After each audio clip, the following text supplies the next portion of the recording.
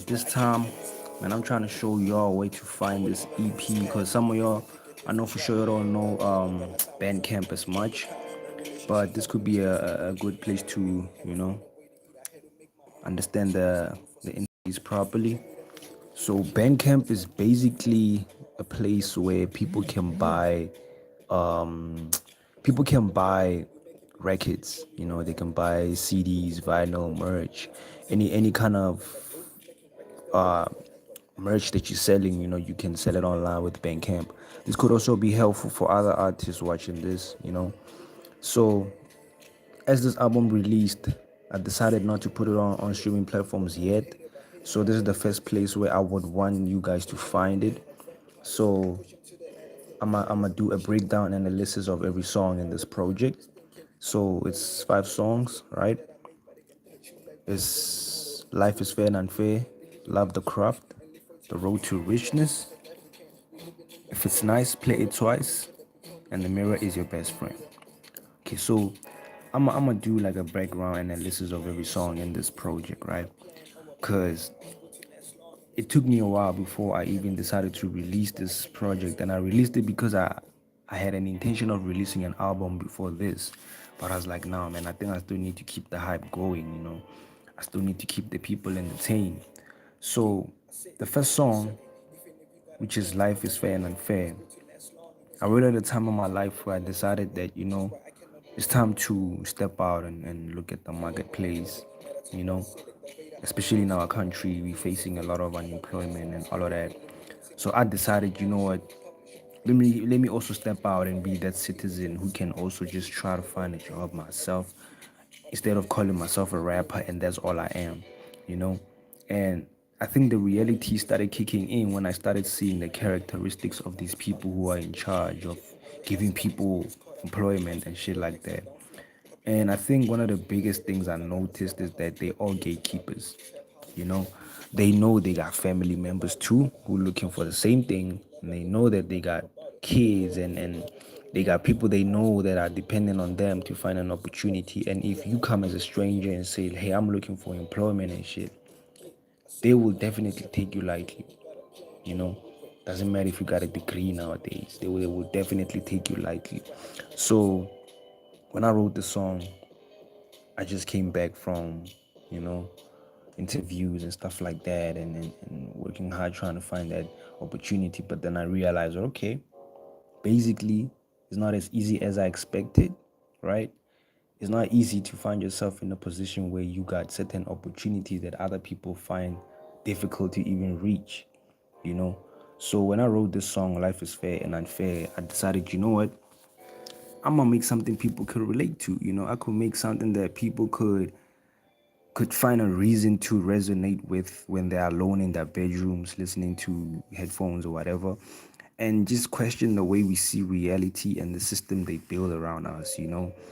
And the reason why life is fair or unfair is because damn, my phone's getting my bad about that. But anyway, yeah, the song Life is Fair or Fair, basically, in my eyes, it's like one person could get an opportunity today and say, man, life is fair for me, and I'm living the best time of my life, and opportunities are coming my way. But then someone on the other side of the road could say, man, I'm knocking on the same door, but I ain't getting nothing out of it, man. To prove that there is no balance. There's literally no balance in this universe. And I just feel like that song will resonate with a lot of y'all who've been trying, to knock doors and see if they can find employment, business, money, whatever. And sometimes as people we need to be honest that when you build your own thing, when you come up with your own thing, something that's purely yours, you got the power to take charge and say, I don't even need a job. I'm the one who hires people, in fact. So this song, Life is Fair or Unfair, right, I hope you guys can see properly. You know, the purpose of this is to just remind people that, hey, man, like, as much as things can get easy at times in your life, but there will come a phase where you're gonna be like, damn, this is unfair. Like how the fuck did he get this and I couldn't? I couldn't even reach that milestone, but he did in a day or whatever. But maybe the problem is that we're comparing different levels. you know we're comparing different levels to this whole industry of trying to find success. And in my opinion, I honestly think there is no levels. I think it's all phases. It's all phases. If a person decides that they're going approach a certain opportunity, but they can't get it right now. Maybe they're lacking something that after they have that opportunity, they cannot even handle the opportunity because they don't have a certain characteristic about them. You get? So I just feel like this song, Life is Fair or Unfair, like, I don't know. Let me put it in the middle so some of y'all can hear a little bit of the lyrics. It's $9 for y'all who trying to buy the album. I'll put it somewhere here.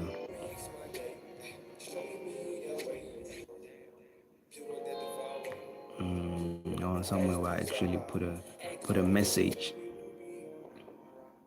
All right, so the chorus says we'll be all right, we'll be okay.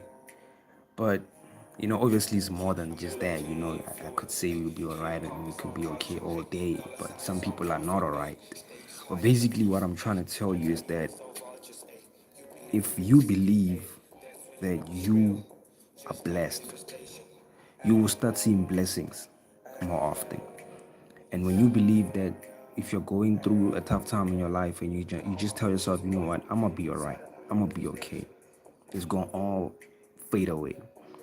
For some reason, it does, because it's the mind that you put, the frequency that you put your heart into, is the one that it works with. But if there's someone out there who's going through a tough time and every time he's like, I'm not gonna be okay, I'm not gonna be all right, it's only gonna get worse. I mean, it's inevitable for it to get worse, you know, because you just have to look at it from a perspective of a person who understands that life is fair or unfair, right? So I'm gonna break it down like that. That's how the song goes. That's the message of the first song, right? And the second one is Love the Craft, right? So Love the Craft is a little bit. It's a song that I'd say it was new, still new. I recorded it I think a month ago, still fresh. I haven't wrote a biography for the song, but I'll give it to you guys now, right? So, Love the Craft basically is like saying, is the definition of passion.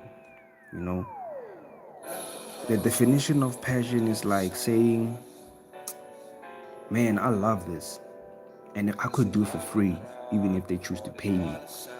Like I could literally work.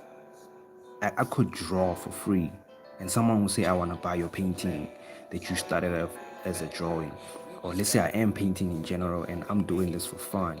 Then a rich ass investor came out of nowhere and is like, man, I love this. I want to put this on my wall. On my canvas is plain and I need something like this. And he gives you $10,000 on the spot just for something that you did for free, not even expecting a fee, not even expecting anything. All you're doing is just enjoying what you love. I mean, enjoying, the hobby or whatever it is.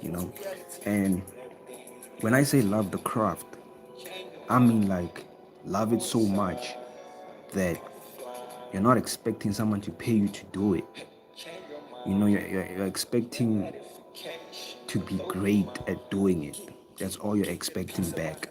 When you do something for yourself alone and no one knows about it, you never expect anything in return, right? You only expect, basically, you only expect to be greater or better or more refined and polished in your drawing or whatever. Let's just use drawing as an example because, look, check this album cover, right? This is more like comic book vibes and stuff like that. And I know a lot of people might not relate, but I know for sure there's people who will love this one. So let's say I'm an artist who just draws. I don't do music, I just draw, right? And I draw in my bedroom and it's like no one knows that I draw. But the day I draw in public and I pull out a big ass canvas and I decided to draw a person who I saw across the street, and that person is like, or whoever is watching comes to me and is like, I've been looking for a canvas all this time in my room, and it looks to me like you can draw and you can paint. Why don't you just do it for me and I'll give you something? You don't negotiate how much it costs. You just tell him, bro, I would do this for free. You don't have to pay me. But he's willing to pay you. And the reason why he's willing to pay you is because he saw the greatness in you before you could even put a price on your greatness, right? I mean, honestly speaking, some people got a lot of greatness in them and they're not willing to make someone pay for that greatness because for them it's fun, right? So love the craft is basically saying if you're an artist, right? If you're a person in general who's trying to build something that's of your own, and you know there's a reward in the future, but you're not doing it for the reward. You're doing it for the fact that you got it. You got the skill, right? Let's say like you know you're the greatest, probably one of the greatest. The day when it's time for people to pay you for your greatness, right? You're gonna start saying, "Oh damn, I should have been making people pay all this time." Because then you're looking at the fact that your greatness is worth dollars. But maybe the reason why people are willing to give you dollar signs is because you started working when there was no dollar sign and you polished your craft so much that you weren't thinking about someone paying you to be better. All this time you were thinking of, man, I'm trying to make people see the beauty of my talent, not pay me for my talent. But then you know how the universe works. People pay you for what you're good at the end of the day. So the message of the song Love the Craft, in my opinion, is just be great at what you do before you expect the dollar signs. But at the same time, when you start to see your potential so much that even other people validate that you're good, then you can put a dollar sign and say, man, I'm good at what I do, man. I can't do this shit for free. You know, that's just my analogy about the song Love the Craft. So if some of y'all relate, man, just check the song out on SoundCloud, Bandcamp. Coming soon to Spotify, Apple. Not now though, not now, but it's coming soon. Track number 3, The Road to Richness. Let me check if I put a biography for this, but I know for a fact that this is going to be a breakdown analysis of every song in this project. Katie doesn't have a biography yet. I'll do the biography. The Road to Richness. Okay, before I go further, just wanna acknowledge the people who are here. Joey Dean, Sub, Stanley, Sub, I see you. I see you. I appreciate you for pulling up on the live. I'm doing a breakdown for the road to richness, right? What does it mean? Why did I write this? And you know, let me just sing it for y'all. Hey, that talent is within, which is why I cannot lose it. Listen, hey, I will never leave this path, even if I take a different route. Dark days, no dollar sign, was on an empty bank account. The relationships are bringing stress. Putting lyrics on the beat, had to find a way to eat. Had to make my own bag, always hungry for success. If you dream it, believe it, achieve it. That's how you manifest. I know I feel joy for sure in things I do best. Hey, man, based on those lyrics, right? I'm gonna push it down a little bit. Based on those lyrics, I feel like some people have rich spirits, you know, like you don't got money, you got spiritual richness, you know, like you're blessed from the spirit. And some people can sense it, right, through your aura. Like they can sense that this nigga's rich in spirit, right? And sometimes to be rich in spirit comes through the way you manifest things in your life. Like I ain't talking about being rich and manifesting Lambos and whatever. Like I'm talking about manifesting things that change a generation. Like you can change a whole generation. Like I'm talking about Albert Einstein kind of changing a generation. Like you could literally make people think like you. You could make people take your advice and use it as a form of living or future, whatever reason you have for how you inspire the world. I feel like if you're gifted with spiritual wealth, you can manifest almost anything, you know.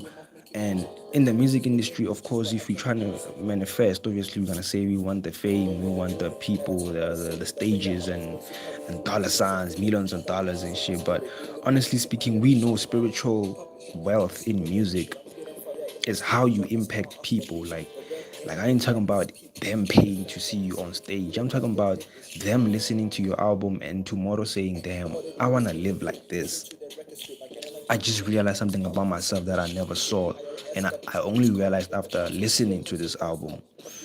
Type of Kendrick influence, type of Michael Jackson kind of influence. I know I don't listen to Michael Jackson, but I know for sure he made a big impact in terms of dances and people trying to do the moonwalk and shit.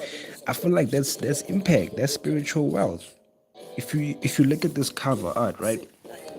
Um, check the details. I know it's not fully clear, right? This is Tupac, right? This is Tupac. This is Biggie, right here. Biggie. It's a statue, right?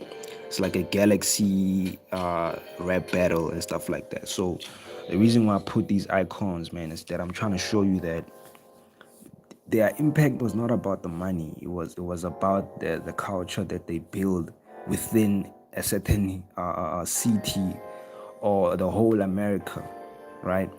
From saying I've been living on the streets to saying I'm selling millions of copies worldwide. Why would these people want your records all over the world? Like, why would someone from China say, hey, I want a Tupac record? Like, what is it about you that's so special that I need your copy all the way from whatever country, England, Switzerland? And it's like, bro, it's spiritual wealth. It's spiritual wealth. It's you can like your power is not just about what you possess and your assets and every your power is within your words, and the way people listen to your music is how it impacts the way it changes the city, the country, the whole world. And I mean, I don't listen to Tupac like that, but I do listen to some of his songs, and I was like, this is good music. This is actually good words and lyrics, and I could relate. And in most cases, people just want to relate. People just want to feel like they're in a, I don't know, they're in some kind of a world. Well, my world is the Pluto dimension and shit, but like, basically, people just want to be in this world where it's like it's like a group chat. We share similar interests. We share similar methods and methodologies and how we feel and think. And if you can use that through an album, if you can make people combine themselves together in a state in an event that was created by the artist because they share an interest in an album, that's spiritual wealth. That's how you know your words can impact even the slightest minds and hearts of people. And I feel like maybe that's what I'm trying to, I'm trying to what's this word? I'm trying to let me just put it in simple terms. I'm trying to use this EP to create my world where the people that understand my dimension, they will be the ones pulling up on my events and saying, yo, I love this album. It changed my life. It made me feel like I'm this new person because of you, right? And I mean, of course, it won't work for everybody or certain people, but I know there's a tribe of people that will listen to my album and say, damn, I actually relate to this. I actually think this is something I could put into one of my catalog of favorite songs, all time, whatever. So let's just put it as The Road to Richness, right? Song number 3. Let me see if I can just do this. Yeah. The Road to Richness, song number 3, is a definition of spiritual wealth. Your spirit is like you're attracting richness through your aura, through your power in words and lyrics.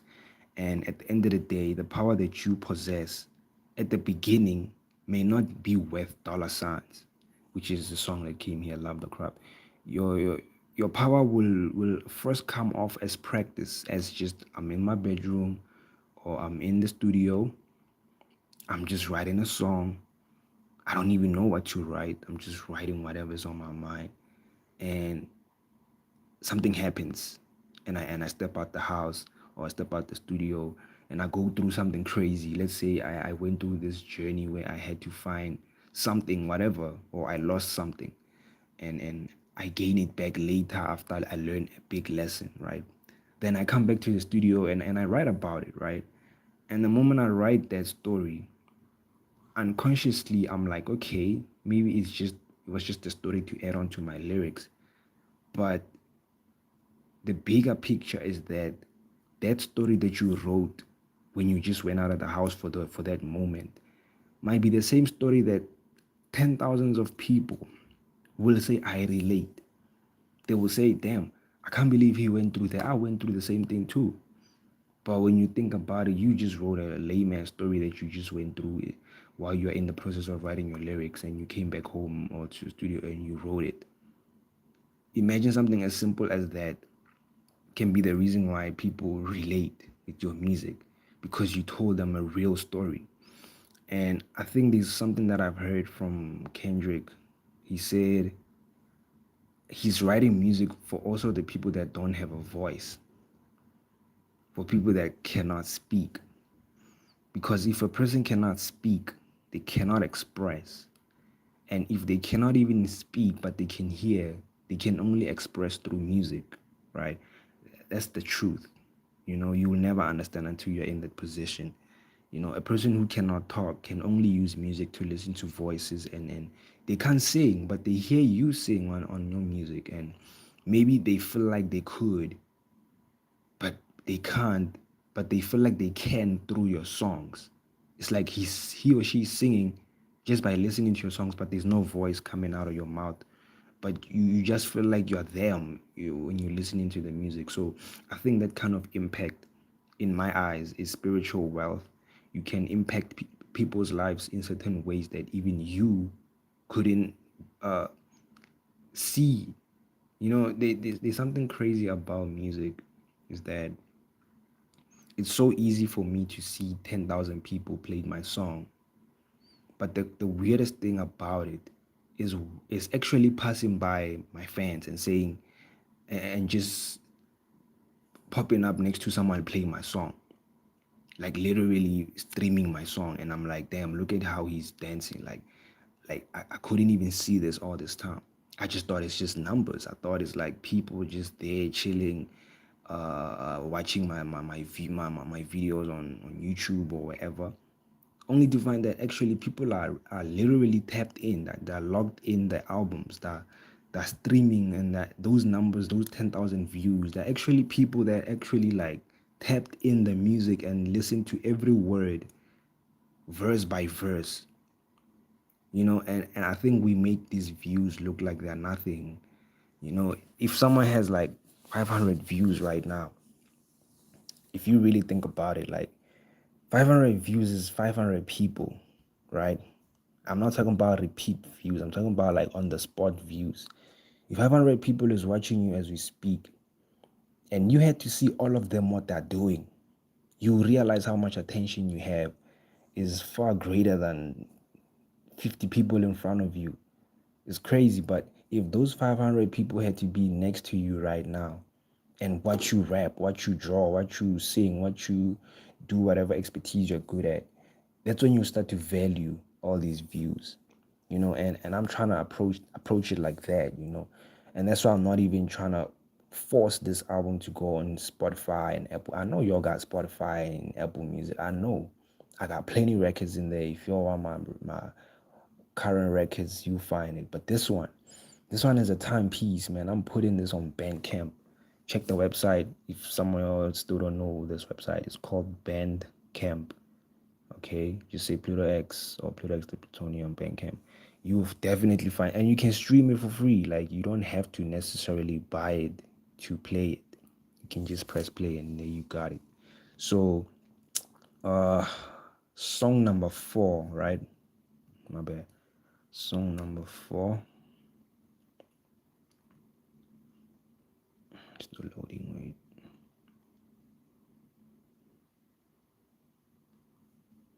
If it's nice, play it twice. Yeah. Man, when I make this song, I don't know. I feel like when I made this song, if it's nice, play it twice, I was in an emotional state where I felt like I don't have my people yet. I don't have my tribe yet. It was a time when I was just releasing music on SoundCloud and that's it. And I didn't have people.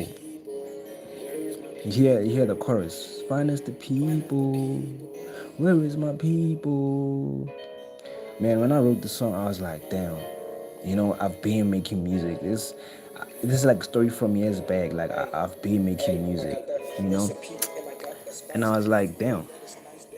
How long will it take before I actually find people that understand my music or who I am? And I had to be on stage this at a time performing in front of a crowd that is far from my fans. Like probably don't even listen to hip hop. You get. And these people had to be my critique. They had to be the ones that actually judge my music because at that moment I was performing in front of them, right? Don't ask me why I was performing in front of them, but like, yeah.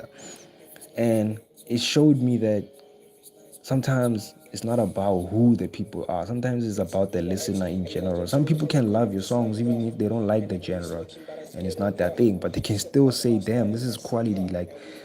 And I think this song taught me how people consume music. Like, there's some people who don't listen to the melody, they listen to the words, and that's it. That they only focus on what you say, you know? And there's other people who listen to music because they like the beats, you know? Some people who actually like beats, like when they think of beats, they think of like that's the point of a song. The point of a song is to make the beat bounce. I have to dance. I have to be up and down with it. If I can't dance, then it's not a hit. Then there's those people who are CEOs of record labels and A&R. Those guys listen to the quality of music. They always focusing on how good is your bass or your head and kicks. You know, I'm an independent artist, but I'm rapping like I'm signed to the biggest label. That's quality music. It sounds so quality that it sounds like it came from a record label, you know? And I mean, like, honestly speaking, guys, like, people listen to music differently, you know? If I had to perform, as I was telling the story, like, I was performing in front of a older crowd, like a crowd where, like, if they had to listen to hip hop, it's old school hip hop. And it made sense why I made the song because now this song does have a touch of old school. Like, let me just put it in the middle so y'all can hear the bass line.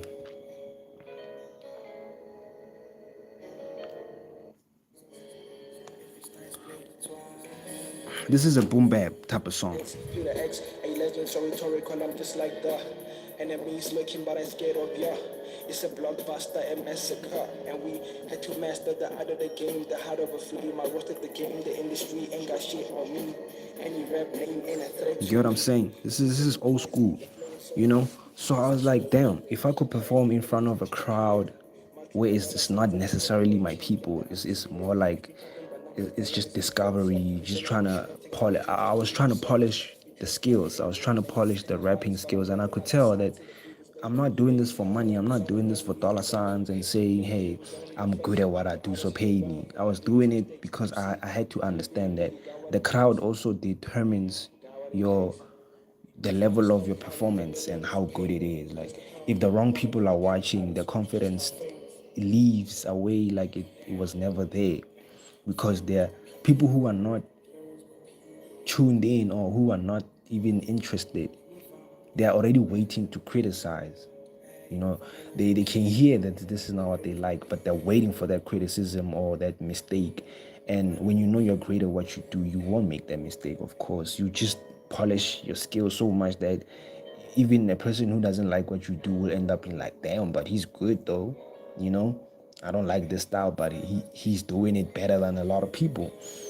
So it taught me to find confidence even in things that are against me. Because if you perform in front of a crowd of people who are already against your style, Now it's no longer about your style. Now it's about how well can you do what you're good at. Like I don't care if you do jazz. Okay, if you're a jazz artist, then I don't like jazz, and I only listen to whatever genre except jazz. The first thing I'll look for is criticisms and say, damn, I don't listen to jazz. I mean, look at the way he's playing his piano, it's boring. But honestly, if I'm an open-minded person, even if I don't listen to jazz, I will still look for a reason to say, what are you good at in your own respective genre? You know, what is it that you can do to make what you're already doing better? I'm not here to criticize if I'm open-minded, you know. So back to the storyline, as I was performing there, old people tell me, damn, you're good at this. Like you're good at this. Like we know hip hop is for the youngsters and whatever, but and we listen to the old school hip hop. We still got some Tupac in our catalogs and our vinyls and whatever. They still listen to CDs, of course. But they were like, damn, okay, this kid is coming up. I'm not a fan of hip hop, but this kind of hip hop is the kind of hip hop we want to hear ourselves. And that's when I started realizing that, man, have confidence even if you're around people that make you feel like you're losing confidence. Like have that confidence, because the confidence that you have in you is an aura. It will it will show itself somehow, even if you're not doing your best. But the fact that you're confident, it will just make you look like you're the best. I'd rather have confidence than to have than to not be confident on stage with a good song that's a hit. I'd rather be confident with a simple song that's not a hit, because then the confidence will speak for itself, and you're entertaining the people. At the end of the day, music is an entertainment industry, you know. And if you're in an entertainment industry, I mean, the first thing you gonna realize is that, like, you know, people just want to have fun. They don't care what you do, they don't care what you're good at, they just want to have fun. And if you can make people laugh and say, hey man, I made a joke like this and whatnot, and then you perform your songs later, they will actually enjoy the music, because now they're looking at the fact that you can entertain these people. You can actually give these people a reason to enjoy themselves, even though they didn't want you to be the reason why they're happy. They're happy because of their drinking and whatever and their own reasons. But because you came up on stage, now they're more happy, even if they don't like the songs that you're performing. But the fact that you can talk well, the fact that you can have so much confidence in what you do, that you don't have to pretend to be in a space you're not meant to be in. Man, you can be flawless in spaces that you're not, in spaces that make you shrink. You can still be flawless, man. You can still be great.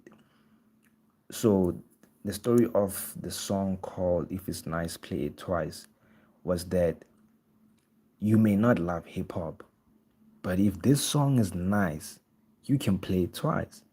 Find us the people. Where is my people? Let me find my people. Is a verse that says, right on the song. It's like, let me play one more time.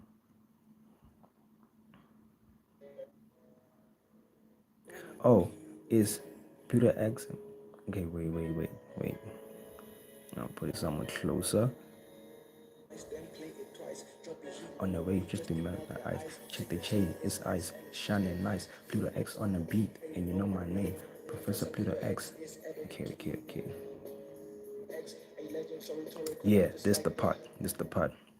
Is Pluto X a legend? So rhetorical, I'm just like that. Enemies lurking, but I ain't scared of ya. It's a blockbuster, a massacre. And we had to master the art of the game, a heart of a flame. I roasted the game. The industry ain't got shit on me. Any rap name ain't a threat to me.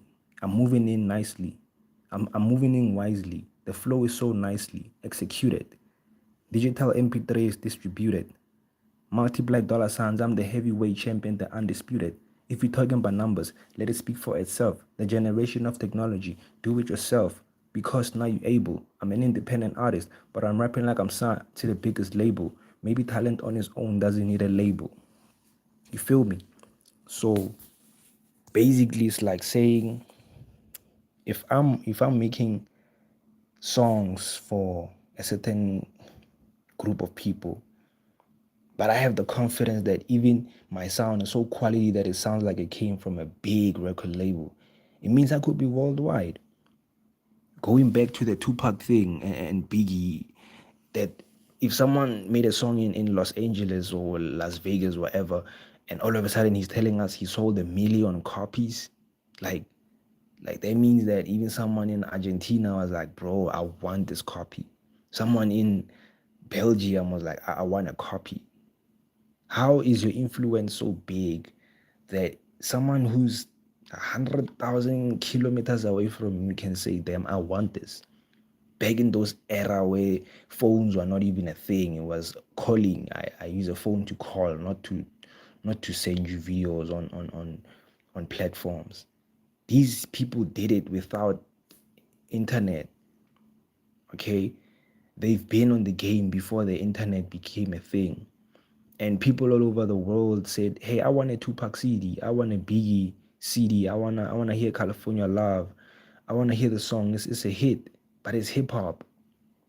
If it's hip-hop, then that means hip-hop is a worldwide thing. It's something that even the big OGs respect it, even the youngsters respect it, the middle-aged people respect it, they take it serious. So why shouldn't I? You know, why would I shrink in places where I'm meant to shine? And some people, when they go to certain venues and places to hear music, they want to hear this. This is the type of music they want to hear, because we shy away and say, damn, what if my music is not good enough? What if in can these people are actually your fans? These people are actually the same people you doubt that they might not love what you do, are actually your fans. And I could have a fan who's 60 years old right now, even though I'm still young as well. But I know there's someone who's old, and he's definitely a fan of what I do. Maybe not every song, but he can choose one in my catalog and say, ever since I heard this, man, this is my favorite. So I think when I say if it's nice, play it twice, I mean if it's nice for whoever in the world likes this song, they can play it twice. If it's nice, just like in the radios, you know. Let me just give you a little sneak peek. Had to master the art of the game, the heart of a flea. My worst at the game, the industry ain't got shit on me. Any rap name ain't a threat to me. Moving it wisely, the flow is so nicely executed. Digital MP3s distributed. Multiple dollar signs, I'm the heavyweight champion, the undisputed. If we're talking about numbers, then let it speak for itself. The generation of technology, just do it yourself. Because now you're able. I'm an independent artist, but I'm rapping like I'm signed to the biggest label. Maybe talent on its own doesn't need a label. Hey, maybe it was only your face. Where artists had to learn from the biggest mistakes to see who really got what it takes. Who got what it takes. If money's no problem, then labels will pay. But that's the problem. From an independent artist who is just not famous, just not famous. Finance the people.